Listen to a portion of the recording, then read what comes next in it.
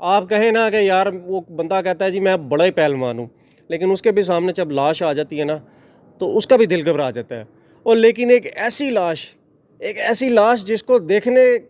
یعنی کہ آپ تصور نہیں کر سکتے کہ چند گھنٹوں کا ایک بچہ جب اس ایک پھول یا ایک کلی جو ہے جب وہ موت کی آغوش میں چلی جاتی ہے اور اس وقت پھر